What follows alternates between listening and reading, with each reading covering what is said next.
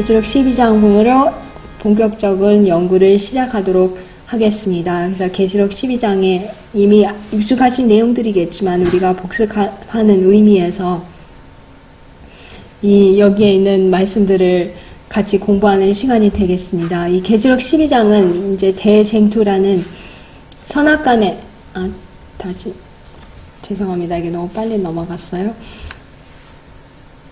선악간에 있는 대쟁투를 묘사하는 그런 장이라고 우리가 생각을 하시면 되겠고요. 이 지구상에는 오로지 두 부류밖에 존재하지 않는다는 사실을 우리가 이 대쟁투에서 이 계시록 12장에서 볼 것입니다. 이 지구상에 존재하는 오직 두 가지 부류는 피 묻은 예수님의 깃발 아래 서서 하나님의 계명과 예수의 믿음을 가진 그런 승리하는 또 회개하는 성도들일 것이고, 아니면 불순종하는 자들인 또 검은 깃발의 반역의 깃발 아래, 마귀의 그 용 같은 깃발 아래 서는 이 불순종하는 자들, 하나님의 계명을 순종하는 자들과 순종하지 않는 자들 사이의 대쟁투인 것을 오늘 보겠습니다. 계시록 12장 1절 2절을 보시면, 하늘에 큰 이적이 보이니 해를 입은 한 여자가 있는데 그 발 아래는 달이 있고 그 머리에는 12별의 면류관을 썼더라. 이 여자가 아이를 베어 해산하게 되매 아파서 애써 부르짖더라. 계시록 12장 1절 2절 말씀이었습니다. 그래서 이 해를 입은 이 여자가 발 아래는 달과 머리에 12별, 또 아이가 이제 나오게 되는 이 장면을 여기서 묘사하는데요. 이 거룩한 이 여자는, 이 해를 입은 여자는 분명히 빛을 다 받고 있는 그런 것임을 우리가 볼 수 있어요. 그런데 여기서도 이 해를 입은 여자, 이 대쟁투에 관한 이것을 보시면서 이 계시록 12장은 무엇을 공부하는 내용인지 이렇게 여기에 보시겠습니다. 이 땅 위에는 오로지 두 편뿐이다. 곧 예수 그리스도의 피 묻은 깃발 아래 서 있는 사람들과 반역자의 검은 깃발 아래 서 있는 사람들. 계시록 12장에는 순종하는 자들과 불순종하는 자들 사이에 있을 큰 싸움이 나타나 있다. 원고 16, 1900년에 있던 말씀이었습니다. 그래서 우리는 지금 대쟁투의 기간에 우리는 살고 있는데, 이런 수많은 이런 나라들 가운데, 이제 이런 여러 나라들 가운데 이런 공포의 정치라든지 싸움이라든지 전쟁과 유혈국들이 우리 평생 동안에 또 이런 세계 역사 가운데 항상 일어났었습니다. 근데 그 모든 것들은 하나님의 율법을 무시한 결과인 것을 우리가 볼 수 있고요. 마지막 이 대쟁투, 우리 앞에 있을 더 큰 싸움에서는 더 무서운 일들이 일어날 것인데, 그 더 무서운 일들과 전쟁과 재앙과 이런 무서운 일들은 하나님의 율법을 무시한 결과인 것을 우리가 더욱 확실하게 보게 될 것입니다. 그런데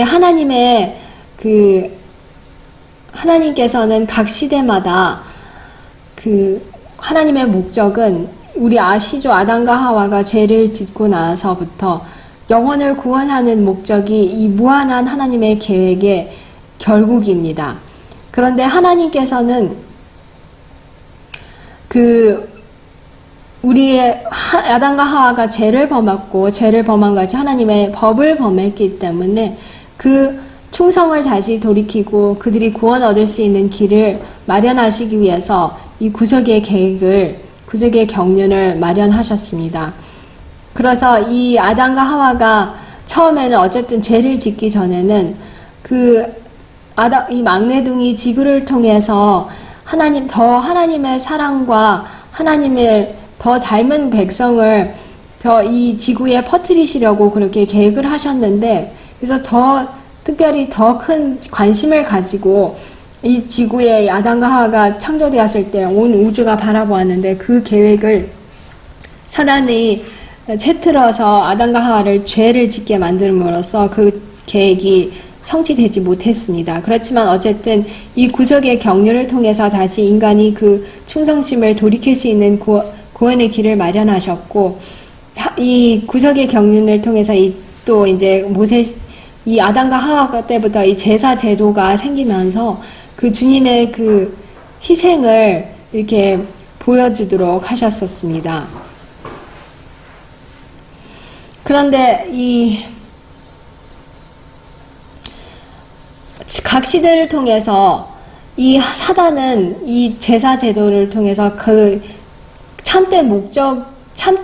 제사 제도의 참된 목적을 사단이 깨닫지 못하게 하였었습니다. 그런데 이제 하나님께서 애굽에서 그 종살이를 했을 때부터 또 이 시내산으로부터 계명을 주시고 또 유대 백성들을 이제 그 가나안 땅에 앉히시기까지 이런 제사 제도는 그 하나님께서 그 여인을 통해서 주시겠다고 약속하신 그 뱀의 머리를 부수고 또 망하게 하는 그 씨를 보여주시도록 그렇게 하신 거였는데, 그 제사 제도에 있는 모든 영적인 능력을 잃어버린 유대인들은 그냥 자기들을 나중에 로마의 압제 안에 들어가지 않았습니까? 로마로부터 구원할 한 강력한 군주로서만 구세주를 기다렸습니다.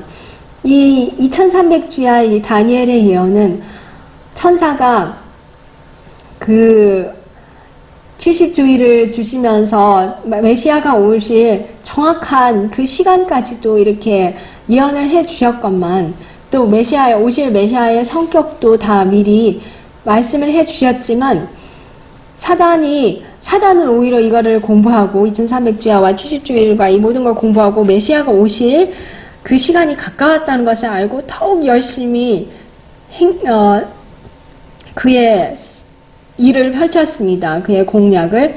그렇지만 이 유대인들의 마음을 그런 식으로 어둡게 하여서 구유에서 태어나실 평강의 왕, 만왕의 왕이신 예수님을 알아보지 못하도록 사단이 꾀를 쓰는 것을 우리 계시록 12장에서 볼 것입니다. 그렇지만 소수의 무리들은 구유에 탄생하신 구주를 깨달았습니다. 스가랴를 통해서 구세주를 기다리던 스가랴를 통해서 기도를 응답하셔서 주님의 길을 예비할 침례 요한이 예수님보다 6개월 먼저 하나님께서 태어나도록 하셨고, 이 침례 요한이 메시아의 길을 또한 예비하였었고요.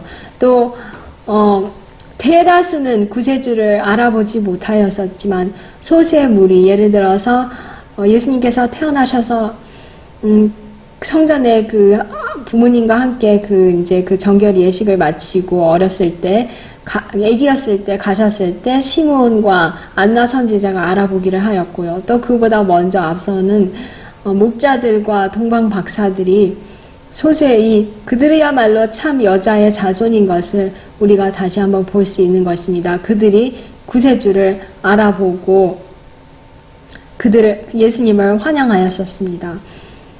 하늘에 또 3절을 계속해서 보시면, 하늘에 또 다른 이적이 보이니 보라, 한 큰 붉은 용이 있어 머리가 7이요 뿔이 10이라. 그 여러 머리에 7 면류관이 있는데. 계시록 12장 3절. 우리가 지금까지 1, 2절 3절에 보신 여러 상징들이 나옵니다. 우리가 12장을 풀 때는 성경은 물론 그냥 상징이 아닌 것은 있는 그대로 우리가 이해를 해야 되지만, 이 계시록은 있는 그대로 나온 것도 있지만 상징들이 우리가 나온 것을 볼 수 있었죠. 그래서 12장의 상징들을 보시면 이 여자가 무엇일까요? 참 교회를 뜻하고 있습니다. 우리가 시간상 찾아보지는 않겠지만 에스겔 23장 2절로부터 4절과 계시록 17장 3절, 6절, 15절, 18절을 보시면 타락한 배도한 여자를 하나님께서는 그 배도한 교회 또는 백성을 표상하시기 위해서 타락한 여자를 묘사하신 것을 우리가 이 성경절들에 볼 수 있습니다. 그러면 유사에 의하여, 유사 또 법칙에 의해서 정결한 여자는 당연히 순수한 교회의 상징인 것을 우리가 볼 수 있습니다. 이런 이런 여인 또 교회에 대해서 아가서 6장 10절에 아침빛같이 뚜렷하고 달같이 아름답고 해같이 맑고 기치를 버린 군대같이 위험한 여자가 누구인가. 이렇게 아름다운 군대 같은 달 같은 아름다운 여자, 이 계시록의 12장의 1절에 나오는 이 여자, 1절 2절에 나오는 이 여자를 이런 아가서에 나오는 이런 여자인 것처럼 정결한 여자인 것을 우리가 볼 수 있습니다. 계시록 12장 또 상징들이 나오는데 우리가 잠시 살펴보시면 그 태양이 아래에 있다고 그랬습니다. 그럼 태양은 물론 위의 태양이신 예수님인데 또 태양을 복음 시대에, 왜냐하면 예수님께서 이 땅에 오심으로써 이 복음 시대 이제 그 신약 시대겠죠.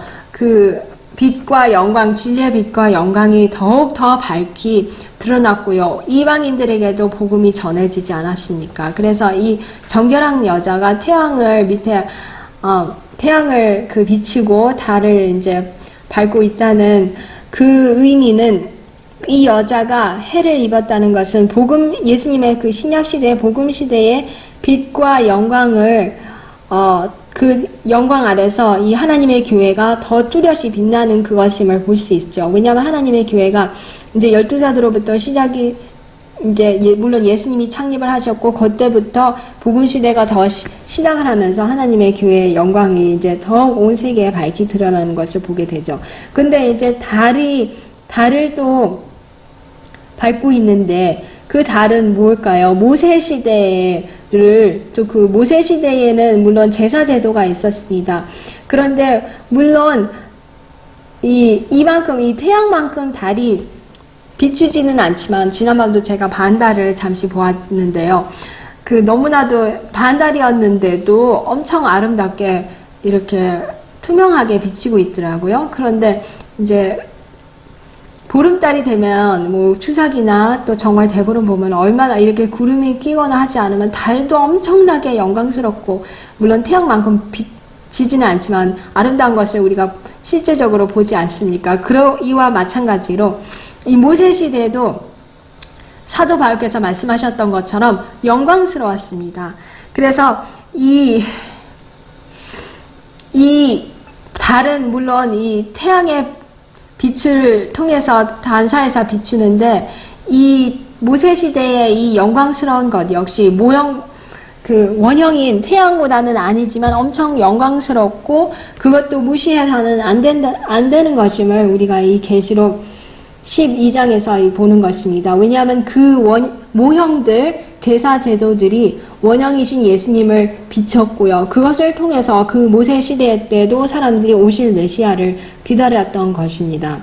그리고 12별은 우리가 성경을 보시면 이제 여러 가지 의미가 있지만 또 천사 또는 사도 또는 기별자들을 뜻하고 있는 것을 볼 수 있습니다. 그렇기 때문에 12별 달린 면류관은 우리가 예수님의 12제자들인 12사도들을 의미하는 그것임을 볼 수 있어요. 왜냐하면 그 12사도들이 예수님이 돌아가시고 그분들의 전도, 그분들의 노력과 또 하나님과 협력함으로 그분들 때문에 온 복음이 온 세계에 전파되었기 때문이죠. 그 다음에 붉은 용은 물론 1차적인 의미에서는 우리가 사탄, 마귀를 의미하지만 또 여기에 또 큰 용이 이렇게 나오는데 사탄 마귀인데요. 이따가도 보시겠지만 그 용이 1차적으로는 사탄을 의미하지만 2차적으로는 이교 로마를 뜻하는 것임을 우리가 이따가 또 영감의 말씀으로 보여드리겠습니다. 그 꼬리가 하늘 별 3분의 1을 끌어다가 땅에 던지더라. 용이 해산하려는 여자 앞에서 그가 해산하면 그 아이를 삼키고자 하더니, 아까 그 별이 왜 천사를 의미하는지 계시록 1장 20절에 보시면 내 본 것은 내 오른손에 7별의 비밀과 7 금촛대라. 7별은 7교회의 사자요. 근데 이 헬라어 원어는 안겔로스입니다. 안겔로스가 천사라는 뜻이죠. 근데 천사가 여러 의미예요.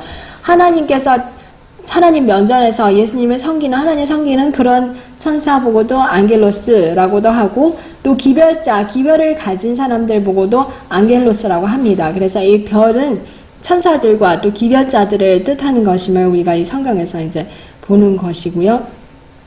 그런데 여기에 보시면 잠시 이거를 보시면 이 여러 표상들에 관한 예언은 요한계시록 12장에서 그리스도를 탄생, 즉시 죽이려고 한 용으로부터 시작된다. 용은 사탄이라고 불리워지고 있다. 사단은 구주를 죽이기 위하여 헤롯의 마음을 충동하였다. 그리고 그리스도교회 최초의 몇 세기 동안 그리스도와 그분의 백성들에게 도전한 사단의 주된 대리자는 로마 제국이었으며 이교가 그 나라에서 압도적 세력을 가진 종교였다.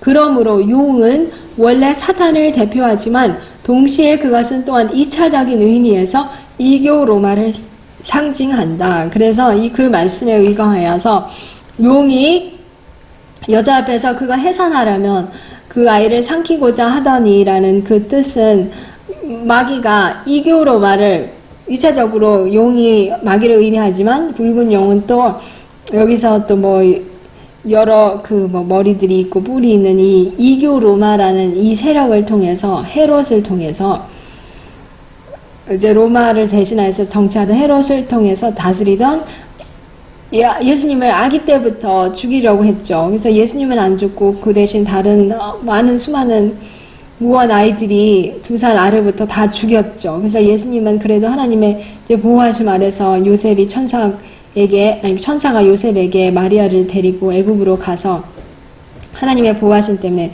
죽지는 않았습니다. 왜냐하면 하나님께서 허락을 하시지 않았어요. 그런데 여기서 이제 아까 그 붉은 용은 그렇게 아이를 죽이고 했지만 3분의 1을 땅에 떨어뜨렸다는 그 의미는 무엇일까요?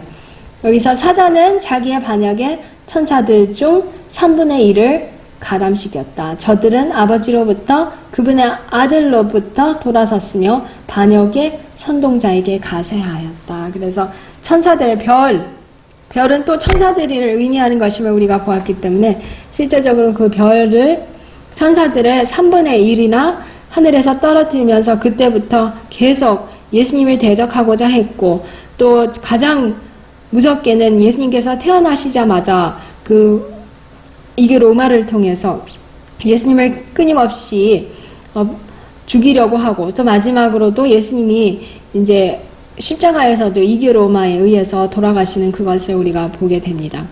여자가 아들을 낳으니 이는 장차 철장으로 만국을 다스릴 남자라. 그 아이를 하나님 앞과 그 보좌 앞으로 올려가더라. 계시록 12장 5절. 이 여자가 낳은 이 산의 아이는 용이 이게 로마를 통해서 멸망하고자 한 분인데 이분은 오직 우리 이 땅에서 오직 한 분에게만 적용할 수 있죠. 이 증언은 오로지 우리 주 예수 그리스도에게만 적용할 수 있는 것입니다. 이 세상에 어느 누구도 하나님과 그분의 보좌에서부터 하나님 앞과 그 보좌 앞으로 올라간 분이 없습니다. 오직 예수님밖에 없습니다. 에베소서 1장 20절 21절이나 히브리서 8장 1절 계시록 3장 21절을 보시면 예수님께서 높임을 하나님으로부터 받으셔서 그분의 보좌에 함께 앉는 그런 성경절들을 제가 방금 읽어드린 거였고요. 그 모든 나라들을 철장으로 다스린다는 그것은 하나님께로부터 받을 수 있는 명령인데 시편 2편 7절로부터 9절에 보셔도 예수님께서는 철장으로 다스리는 그 권세를 내 아들에게 주셨다는 그 말씀을 여기에 우리가 볼 수 있습니다. 그리고 또 하나님 앞으로부터 올라간 것은 그 예수님께서 승천하실 때 다시 오시겠다고 약속하시면서 올라가신 그것을 우리가 볼 수 있죠.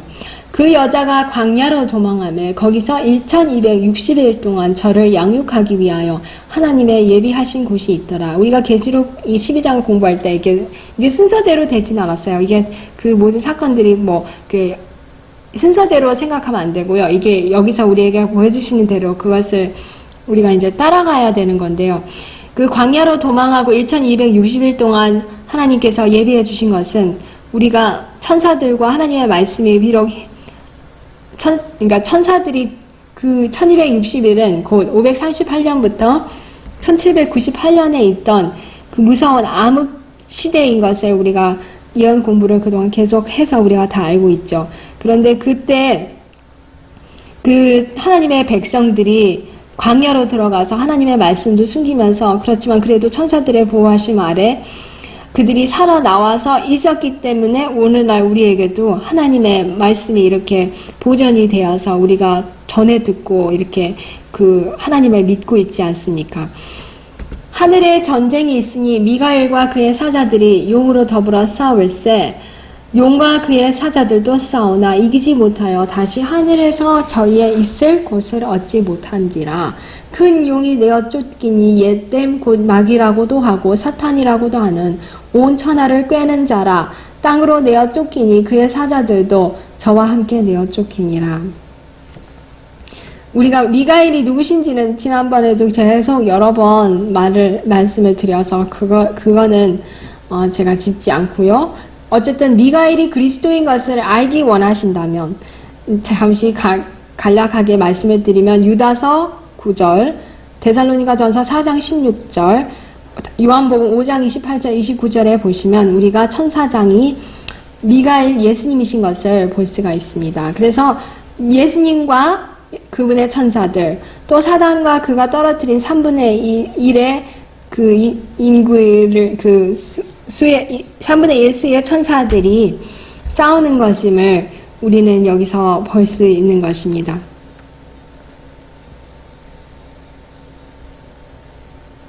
그래서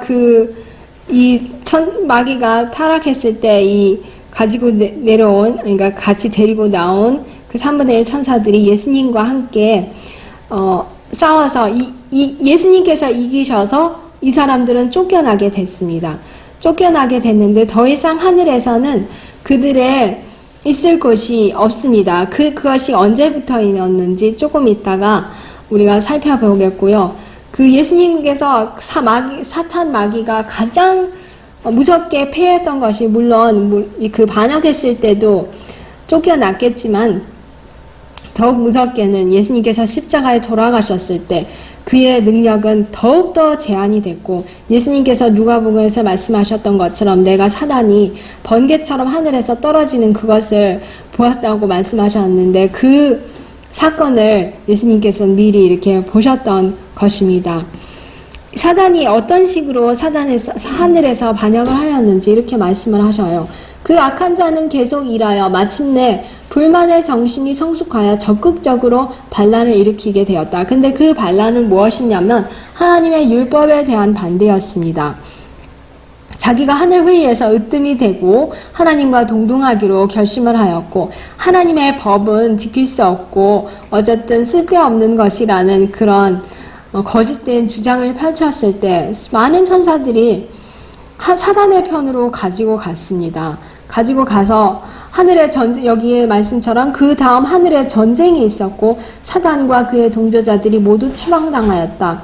사탄은 하늘의 주도권을 잡으려고 전쟁을 일으켰고 싸움에서 지고 말았다. 하나님은 존귀와 영광을 가진 그를 더 이상 신뢰할 수가 없게 되었고 그가 하늘 정부에서 속여서 취한 자들과 함께 존귀와 영광도 다 빼앗기고 말았다. 근데 예수님께서 십자가에 돌아가실 때까지는 어쨌든 하늘에 왔다 갔다는 했었어요. 왜냐하면 우리가 욥기에서도 보시면 하나님의 아들들이 또 새벽별들이 하나님 경배하라고 할 때 마귀도 욥을 참소하는 자인 마귀가 참소하려고 하늘에 왔다 갔다 하는 것임을 보게 되는데 여기에 보시면 내가 또 들으니 하늘에 큰 음성이 있어 가로되 이제 우리 하나님의 구원과 능력과 나라와 또 그의 그리스도의 권세가 이루었으니 우리 형제들을 참소하던 자 곧 우리 하나님 앞에서 밤낮 참소하던 자가 쫓겨났고 또 여러 형제가 어린 양의 피와 자기의 증거하는 말을 인하여 저를 이기었으니 그들은 죽기까지 자기 생명을 아끼지 아니하였도다.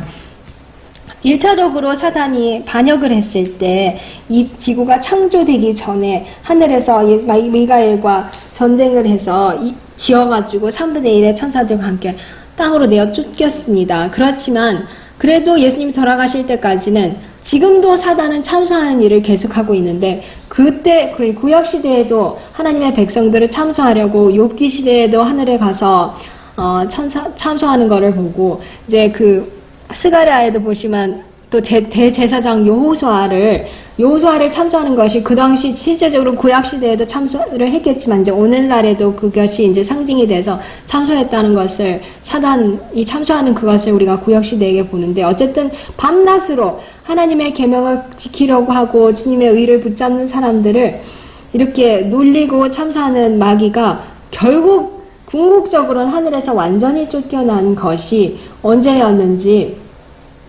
우리가 이렇게 살펴보시겠습니다. 사단이 형제의 참소자의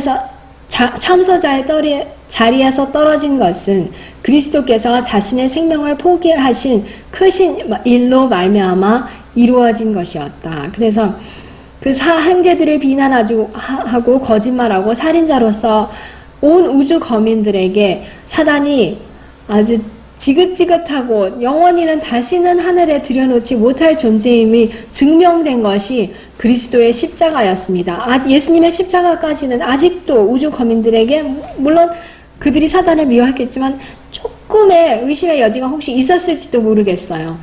그렇지만 온 하늘 거민들이 그들의 사령관이시고 그들이 사랑하는 예수님이 사단의 손에 의해서 그렇게 무차별하게 십자가에 달려서 돌아가셨을 때 그들에게 이 사단을 향했던 정은 티끌 하나 없이 다 없어졌습니다. 그렇기 때문에 사단은 그리스도에 대한 그의 적개심의 표현으로 매맞아 상처 입은 그리스도를 갈바리 십자가에 달기까지 하였다. 이것은 사단이 자신에 대한 우주의 사랑을 제 손으로 그 뿌리까지 송두리째 뽑아내어 던진 것이었다. 그래서 사단이 이때부터는 더 이상 하늘에 왔다 갔다 할 수 없이 오직 이 지구에서만 우리를 괴롭게 하고 하나님을 믿는 사람들을 괴롭게 하고 이 지구에만 국한되어서 활동을 하게 된 것임을 우리가 이 계시록 12장에서 보게 됩니다. 그렇기 때문에 이렇게 쫓겨나서 사단이 이렇게 이 땅에 내려와서 무엇을 하냐면 사단은 하나님의 사업을 방해하고자 하며 그는 항상 자기의 원칙을 사람들에게 강권한다. 그는 하나님의 택하신 백성을 타락한 백성으로 나타낸다. 사단은 형제를 참소하는 자로서 자신의 참소하는 능력을 의를 행하는 자들을 대적하는 데 사용한다. 주께서는 당신의 백성을 통하여 의의 원칙을 순종할 때 이르러올 결과를 보여줌으로 사단의 참소를 반박하고자 하신다. 그동안 이제 하늘에 왔다 갔다 하면서 하던 일을 이제는 이 땅에서만 내려와서 하는데요. 우리가 아까 방금 보았던 그들이 어린 양의 피와 자기의 증거하는 말로 인해서 여러 형제가 사단을 이제 이긴다고 했는데 또 죽기까지 자기 생명을 아끼지 않는다고 그렇게 했는데 그 승리의 정신을 우리가 어떻게 가질 수 있을까요? 그대들의 인성이 신성을 붙들도록 하라. 하나님의 은혜의 발판 앞에 나아가 주여 보잘것없는 내 영혼을 당신께 주님께 맡깁니다. 말을 바르게 하도록 도와주시며 승리하는 길을 가르쳐 주옵소서라고 말하라. 그리스도께서 그대들에게 승리의 정신을 불어 넣어 주실 것이다. 우리는 여러 형제가 어린 양의 피와 자기를 증거하는 말을 인하여 저를 이겼다라는 말씀을 본다. 그래서 여기서 보는 것은 우리가 한순간도 번역되지 않은 예언을 쓰는 은갈 말씀 보면 우리가 한순간도 우리는 우리 자신을 신뢰해서는 안 되고 우리의 유한한 이 능력은 오로지 연약함밖에 없다는 것을 우리가 기억을 합니다. 그래서 이 승리하는 자들 어린 양의 피와 그 증거하는 말을 인해서 이겼다는 사람들은 이렇게 우리의 보잘것없는 인성이 신성을 붙잡고 매 순간 우리가 생각이 바르게 우리의 영혼이 바르도록 하나님께 맡기고 그럴 때 우리의 말도 바르게 하도록 그래서 진짜 우리의 모든 말이 오로지 주님을 증거하는 말만 할 수 있도록 그렇게 기도를 하라는 이런 말씀입니다. 승리의 비결, 다른 사람을 도와서 이기는 자가 되게 하는 것처럼 어린 양의 피와 우리의 증거하는 말로써 우리도 이기는 자가 된다. 하나님의 계명을 지키면 우리 속에 순종의 정신이 생기게 되고 하나님은 그런 정신에서 나온 봉사를 간합하신다. 화이트서 계시록 12장 11절 말씀이었어요. 그래서 주님의 계명을 사랑하고 그것을 주님의 힘으로 지킬 때 또 다른 사람도 그렇게 도와서 이기게 도와줄 때 우리도 역시 승리할 수 있는 것임을 봅니다. 그런데 여기 하늘에서 이런 무서운 선언을 이제 경고를 하십니다.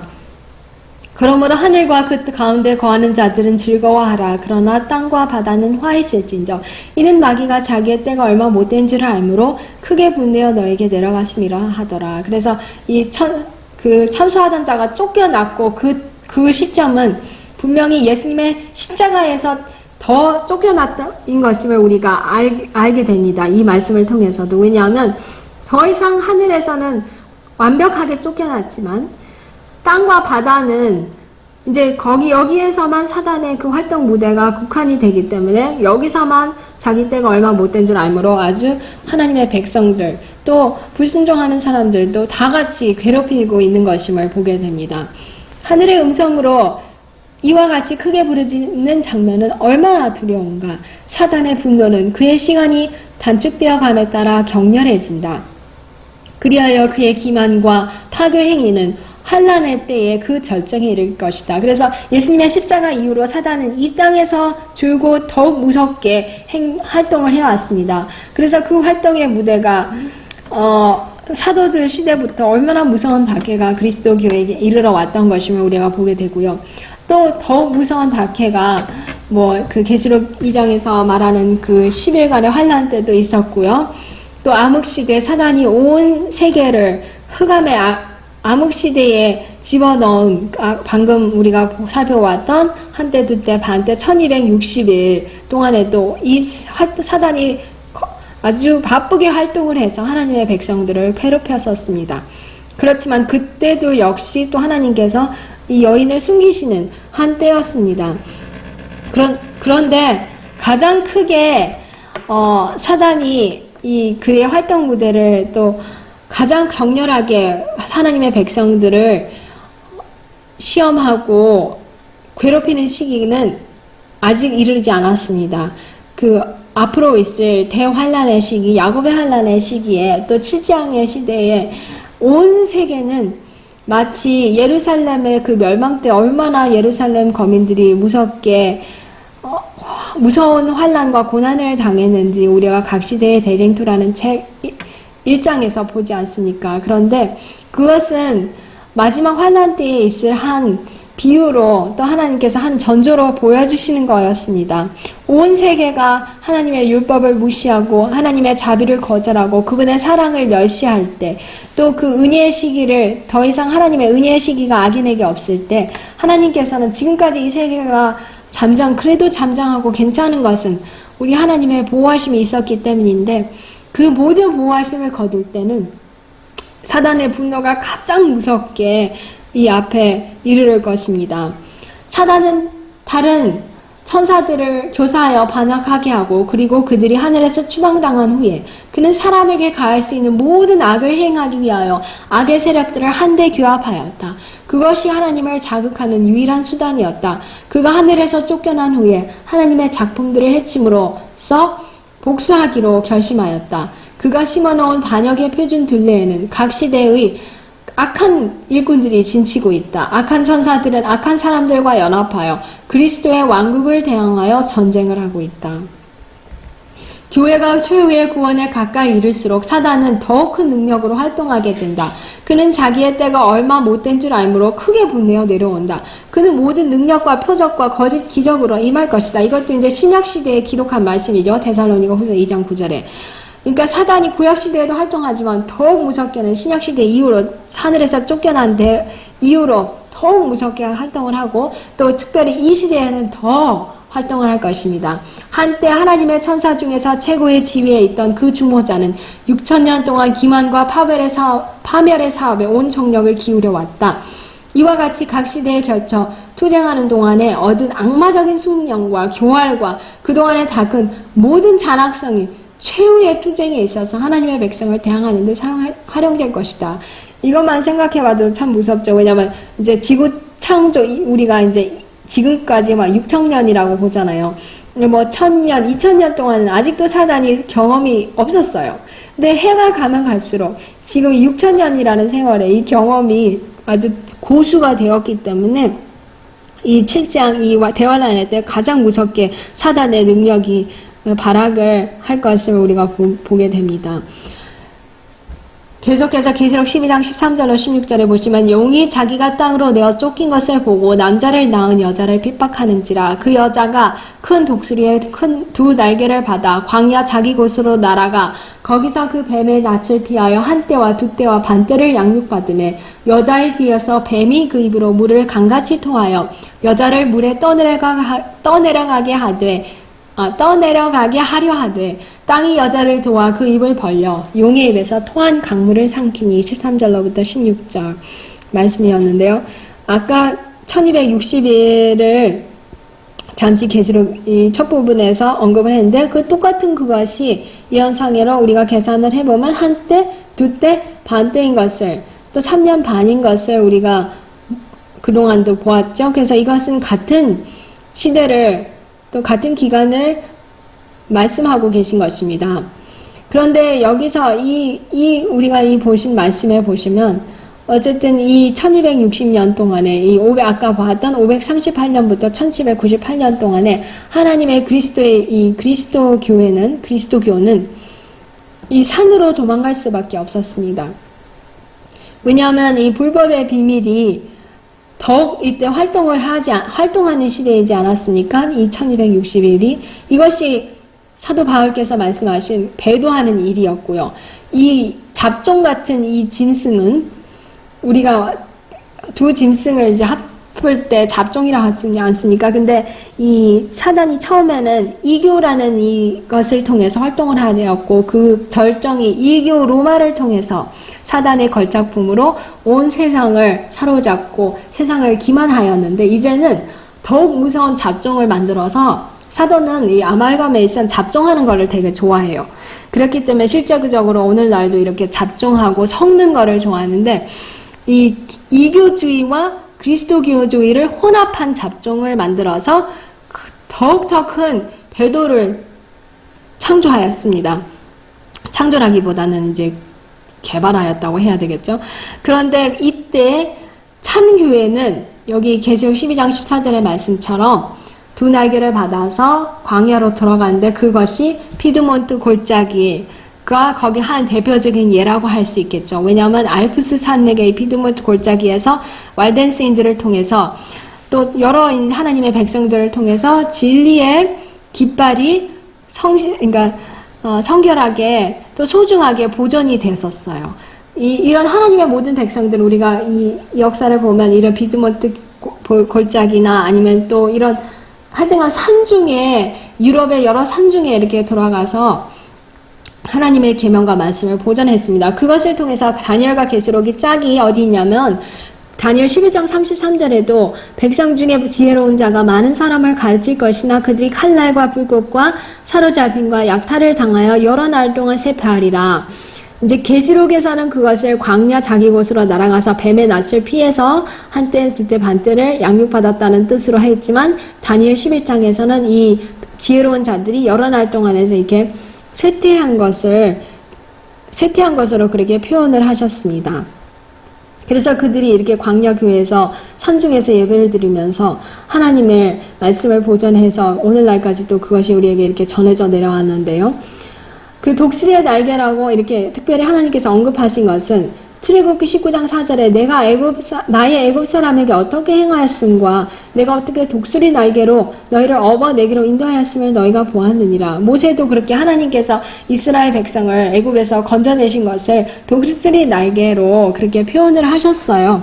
그런데 그와 마찬가지로 이 다니엘 7장 25절과 또 계시록 12장 6절 그러니까 1260일 그것을 이 하나님께서 그 애굽 사람들을 이렇게 애굽 사람들에게서 보호를 하시고 이렇게 광야로 데려가시고 하셨던 것처럼 이제 참 교회가 이제 이 그리스도 교회가 이렇게 하나님의 도움을 받아서 독수리의 날개이신 하나님의 도움을 받아서 들어가는 것이었어요. 그런데 이 용이 자기의 입에서 물을 토하여서 이 참 교회를 휩쓸어 보내려고 몰살시키려고 한 것을 우리가 보았어요. 그런데 교황청이 1260년, 538년부터 1798년의 기간 동안에 얼마나 많은 나라들을 더럽히고 타락시켰는지 우리가 볼 수 있죠. 항상 자기가 정치에 관여를 해서 자기가 이단이라고 생각하는 사람들을 핍박을 하고 그들에게 얼마나 무서운 고문을 주면서 그들을 핍박하고 불로 태워 죽이고 찢겨서 죽이고 했는지는 우리가 하늘나라 갈 때에만이 우리가 나중에 1000년 동안 심판하면서 그들의 잔악한 이런 행위들을 살피게 될 것입니다. 그런데 이 홍수에 의해서 마귀가 창조해낸 이 물살 홍수에 의해서 역사가들에 의하면 5천만 명에서 1억이라는 하나님의 무고한 백성들이 죽임을 당하고 삼켜져 봤었습니다. 그렇지만 하나님께서 말씀하셨던 것처럼 비록 그들이 이렇게 자기의 재산도 빼앗기고 5천만 명에서 1억 명이라는 숫자가 또 죽임까지 당했지만 그 하나님께서는 택하신 자들을 위해서 그 날들을 감하셨습니다.